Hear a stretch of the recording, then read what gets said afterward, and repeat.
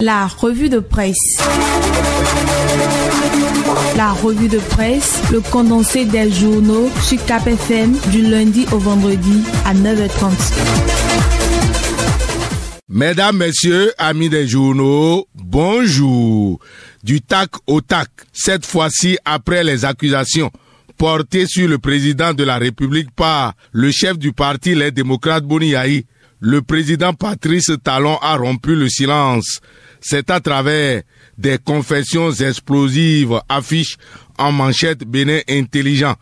Dans un récit inédit sur Bénin TV, le président de la République Patrice Talon a détaillé comment Boni Yayi a refusé selon lui le consensus, empêcher la tenue normale des élections de 2019 et sabote systématiquement toutes les réformes, souligne Bénin Intelligent. Voilà qui amène Fraternité à relever que Patrice Talon vide son sac. La compétition politique ne doit pas se faire au détriment du pays, crache le chef de l'État entendu par le quotidien du service public La Nation. Ces révélations qui font porter la responsabilité des guerres politiques qui alimentent la vie politique béninoise sont pêchées par le matinal, le Soleil Bénin Info, le Potentiel, le Télégramme, la Nouvelle Tribune, et il se dit pressé de partir du pouvoir, à en croire quotidien Le Meilleur, fondé par Firmin Gbekkan. J'ai hâte que mon mandat prenne fin, afin que les Béninois puissent vivre autre chose au-delà de Talon et Yayi Boni, martèle le président Patrice Talon entendu par quotidien Le Meilleur, appuyé par le Potentiel qui pêche le même propos du chef de l'État. Il appelle Boni Yayi à s'effacer de la vie politique avec lui après la présidentielle de 2026, rapporte l'événement précis qu'il a entendu dire ceci: je suis à la fin de mon mandat et il serait regrettable que je ne fasse rien pour que les choses changent, avoue-t-il, selon l'événement précis.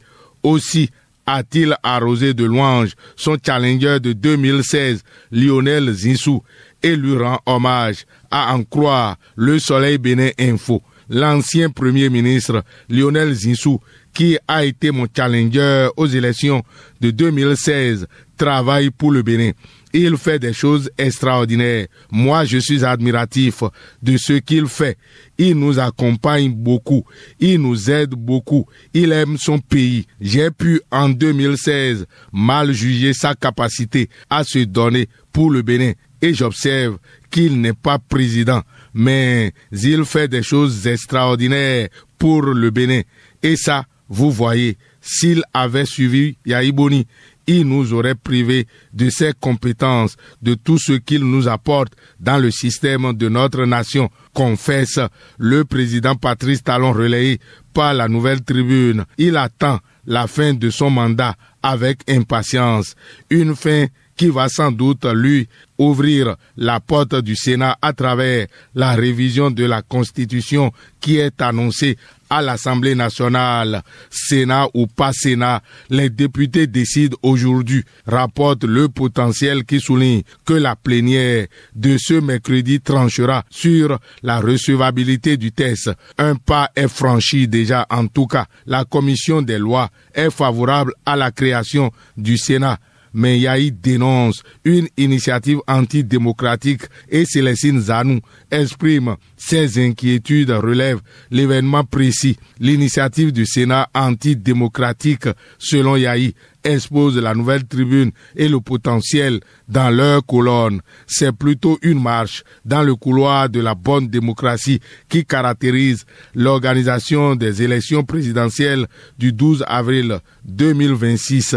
Et pour cause, quotidien Le Meilleur découvre que la Cour constitutionnelle lance officiellement la visite médicale des candidats. Tous ont été accueillis dans un cadre solennel marqué par une brève séance de travail entre les membres de la Cour constitutionnelle.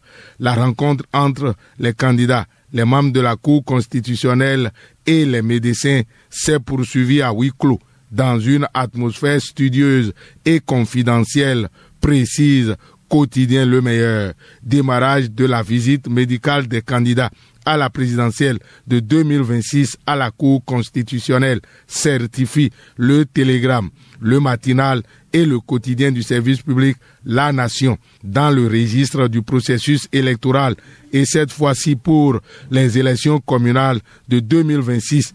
Le Matinal, Le Potentiel, Le Télégramme et Bénin Intelligent rapportent que 5 partis sont provisoirement retenus par la Sénat. L'UP, Le Renouveau, le Bloc républicain, FCBE, Mouel Bénin et LD souligne ces canards. Même avec le récépissé provisoire, Le Soleil Bénin Info voit les démocrates toujours au creux de la vague. Attendons de voir la suite, dira-t-on simplement. Mais il y a une bonne nouvelle pour le Bénin sur le plan économique. L'UEMOA doit cesser d'exporter les matières premières. Le Bénin est un modèle phare de gouvernance économique. C'est une interview récoltée par l'économiste de Léonard Dossou qui a écouté Modibo Mao Makalou. Ce que Visa Info a vu et qui l'enchante, c'est le lancement des activités de l'Académie du handball au Bénin. Sidi Koukarimou tourne résolument la discipline vers l'excellence, applaudit Visa Info de Ambroise Zissou pour relever qu'au niveau de la CAN féminine Maroc 2026, la Confédération africaine de football élargit sa liste à 16 équipes. Le Cameroun, la Côte d'Ivoire et l'Égypte sont repêchés. Attention, pas de Covid-19 au Bénin. C'est le ministre Benjamin Nkpati en charge de la santé qui dément cette rumeur et invite les populations à l'observance des mesures d'hygiène.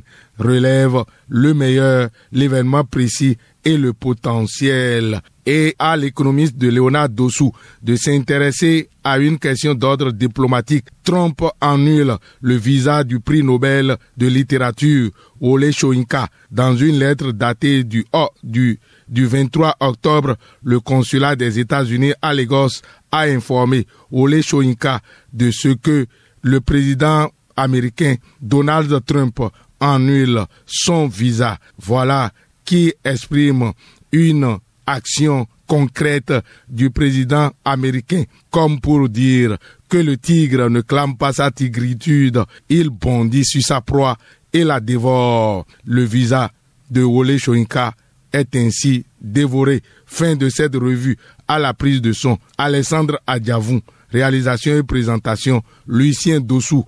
Agréable journée à toutes et à tous. C'était la revue de presse. Retrouvez la revue de presse sur le site www.capfm.com.